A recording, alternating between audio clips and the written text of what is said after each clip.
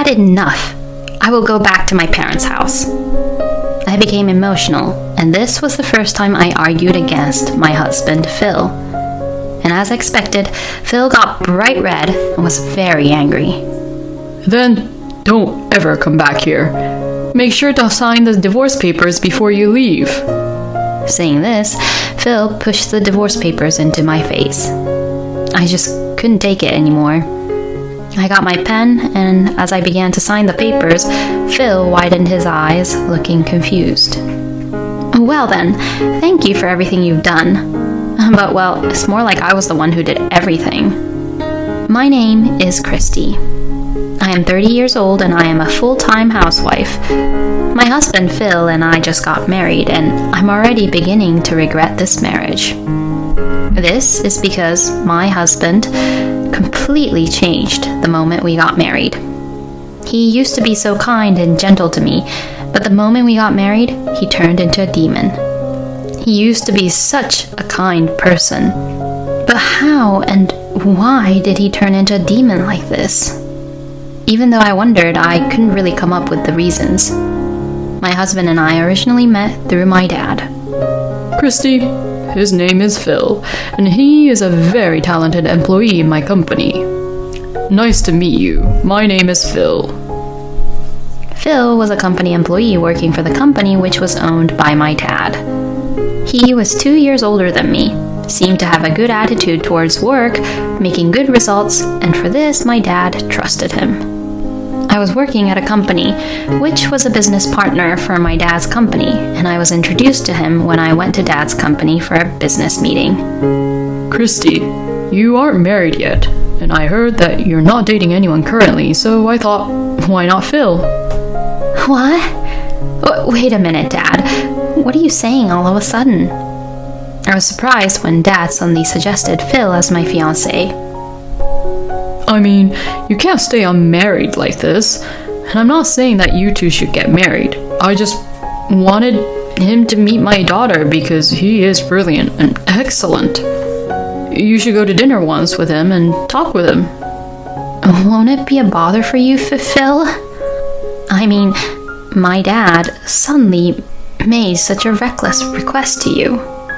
No, I don't think it's reckless at all. In fact, I feel very honored. If you don't mind, I would like to have dinner with you once. Phil approached me in such a positive way that I got a little excited. And we actually went out to dinner, and he was very kind and also interesting to talk to. But he was also quite a gentleman, without being very shallow about anything. To be honest, I was attracted to him right away. When Dad asked me how it was like with Phil, I told him he was fun and nice, and I was too embarrassed to say that I liked him a lot.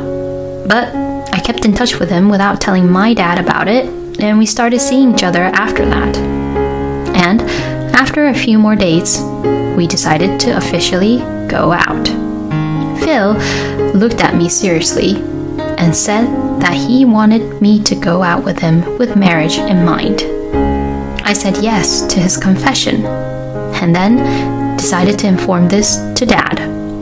My dad said, "Oh, you decided to go out with him? Good, good, good." And he was certainly overjoyed. And from then on, Phil and I continued to date. He always made me great date plans and treated me like a princess. I was puzzled because I had never had a man treat me so kind like him before, and I was just very happy. I was beginning to think that I wanted to marry such a wonderful man like Phil. About a year after we started to go out, Phil proposed to me. The place where Phil proposed to me was at a very beautiful table with a night view at a top-class restaurant.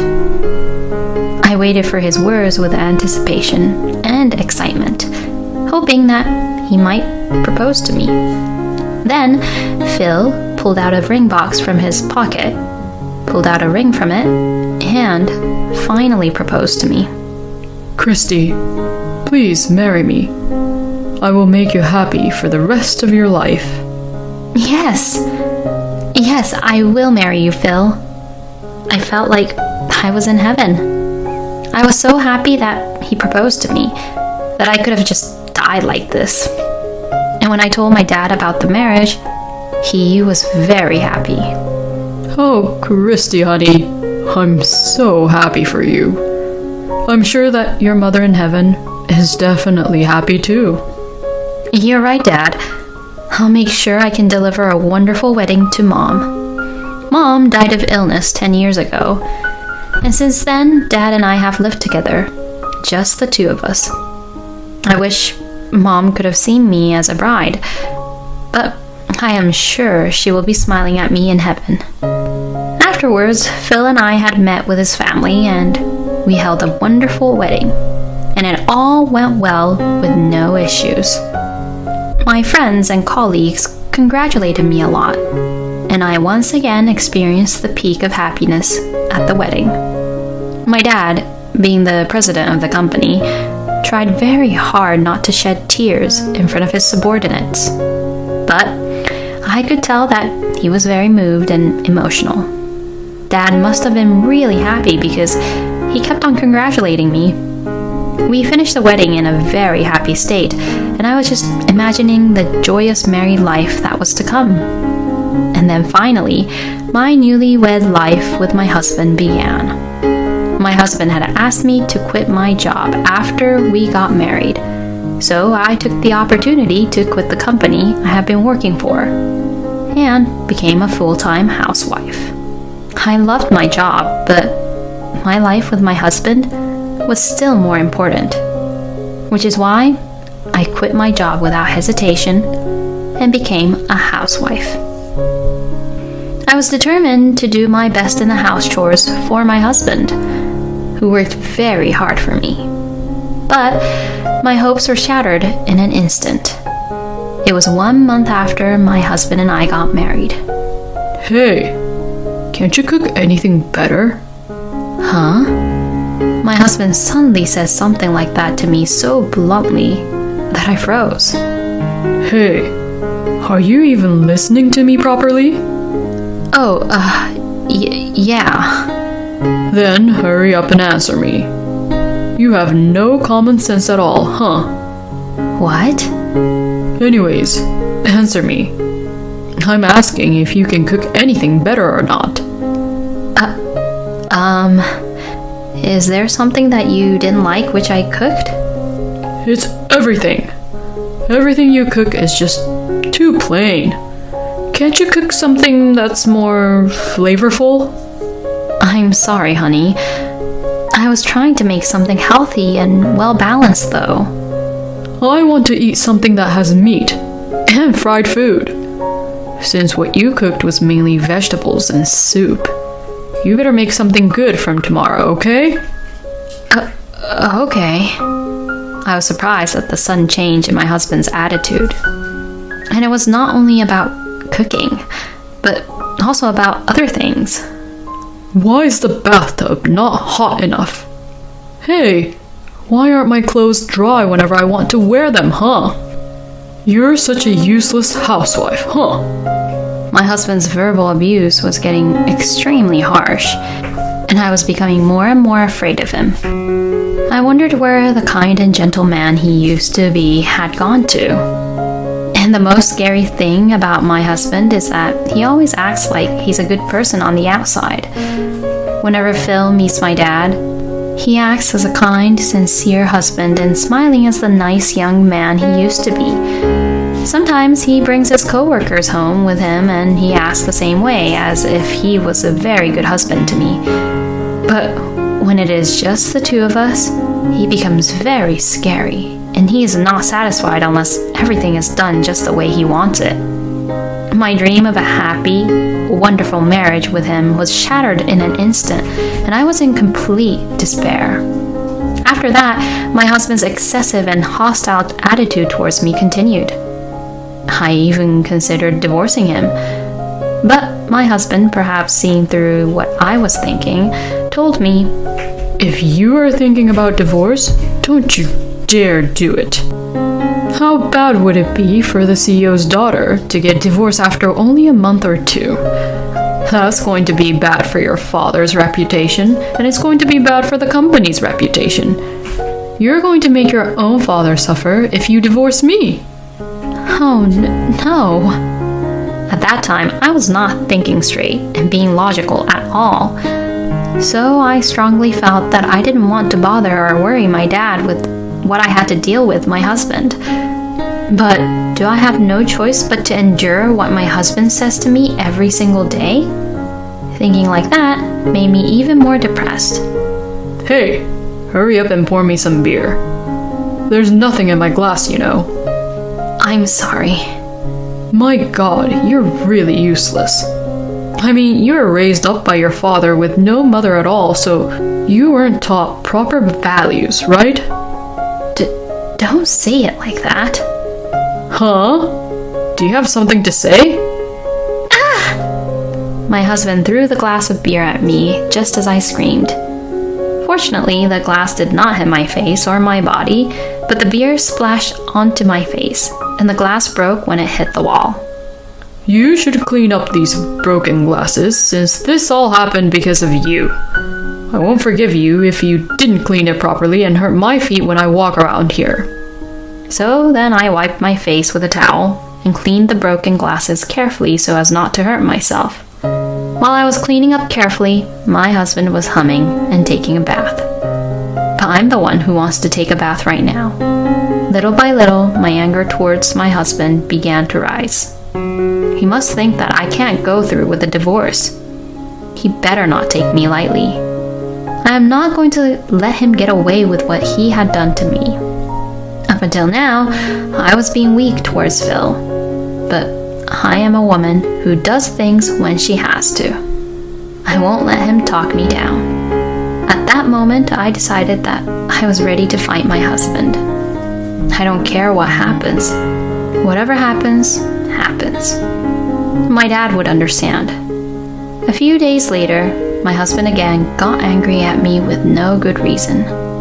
And this was triggered by a certain incident.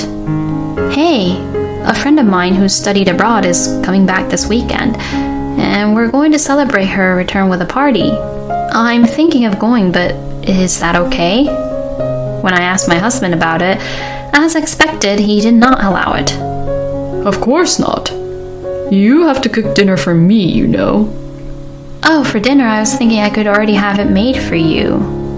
The moment I said that, my husband slammed the table. You've got to be kidding. You want me to eat a pre-cooked meal? You know that I work my butt off to provide everything for you, right? So you better make freshly made meal every day and serve it to me. Can't you even understand that, you good-for-nothing woman? My husband still yells at me and shouting terrible words at me. But I wasn't going to let him talk to me like that anymore. I've had enough. I will go back to my parents' house. I became emotional, and this was the first time I argued against my husband, Phil. And as expected, Phil got bright red and was very angry. Oh, don't be ridiculous. I won't accept that.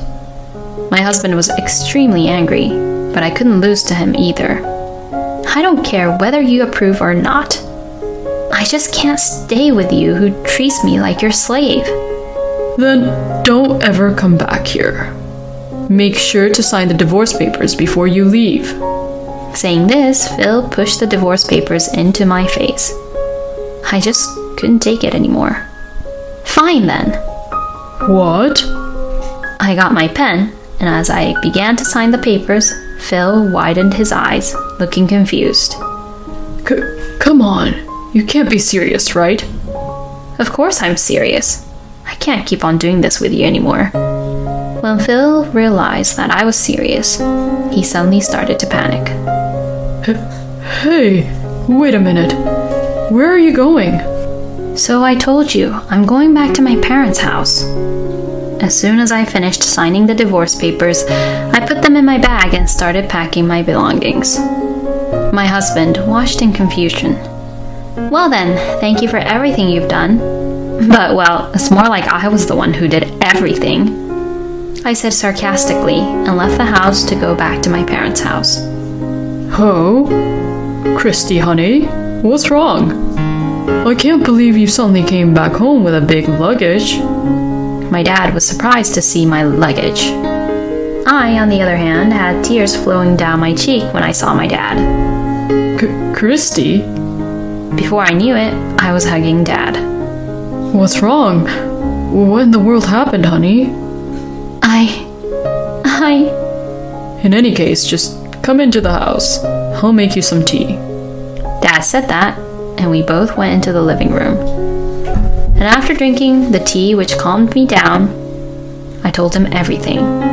He listened quietly and then quietly opened his mouth. Honey, I'm sorry for giving you a hard time. I'm really sorry. Oh no, it's not your fault, Dad. No, first of all, it was me who introduced Phil to you. And besides, it's true that he was using me as a leverage for you to obey him, Christy. And you put up with it because you were worried about me and the company. So I'm responsible for that. My father said that as he apologized. Then he looked up at me and said with a serious look on his face, As for Phil, I will punish him thoroughly. I looked at Dad and nodded strongly. The next day, I received so many phone calls from my husband. I was mentally exhausted and was resting at my parents' house, but my husband was calling me incessantly, so I had no choice but to answer the phone. Finally, you picked up. Hey, what the hell did you say to your dad? Did you know that your dad fired me right away? What do you mean, what? Of course. I told him everything you've done to me.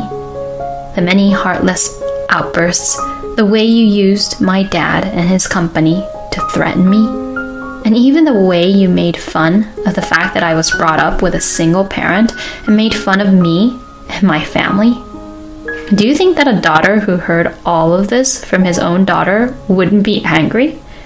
Well, a man who would tell his wife something like that would never get any credibility in the company anyways. You've got to be kidding me. You have no proof that I said anything that bad to you. Don't you dare look down on me like that. I've been keeping a diary and other records of what you've done and said to me, and I've even recorded our conversations. I already have plenty of evidence of your daily verbal abuse to me. No way. Oh, and I heard that there was another reason for you being fired. My dad contacted everyone who had ever left the company, and they all said they were changing jobs or leaving for personal reasons. But when he asked them the exact reason, they all told him the real reason. They all were saying that they had all been harassed by you, and that you had even taken credit for their work. When my dad told them that he was going to fire you and rehire them all back, they were happy to cooperate. What? You act like a good person in public that none of your superiors could see your true nature. You even deceived my father, so I'll give you credit for that. But don't think that you can keep on doing bad things forever. You will never be able to move on to another company in your line of work. And I'm going to charge you compensation for the emotional distress and all the harassment you've done to me. Compensation? I even have a doctor's note. You'll be notified through my lawyer, so you'll have to pay for it. The only place you're going is to hell. Oh no. My ex-husband's voice sounded so weak when I argued back everything I had on my mind. I teamed up with Dad and succeeded in getting Phil being punished. Afterwards, my ex-husband had to pay me the compensation fee. He is now working part-time and more than half of his salary pays off for the compensation fee. And Phil has been cut off from his parents because of this incident, and now he is living a lonely, sad life with no one to rely on. But he deserves what he got, and it's a really good feeling. Meanwhile, I went back to my parents' house and started living with my dad again. Then, Dad suggested that if I was willing, I would work with him on the premise that I would take over as the next CEO, so I decided to join his company. Currently, I am learning my job while working hard every day to take over the position of the CEO. From now on, I will live with my dad happily, and I hope to make the company a success with my dad. Thank you for watching until the end. Please subscribe to our channel. See you in our next video.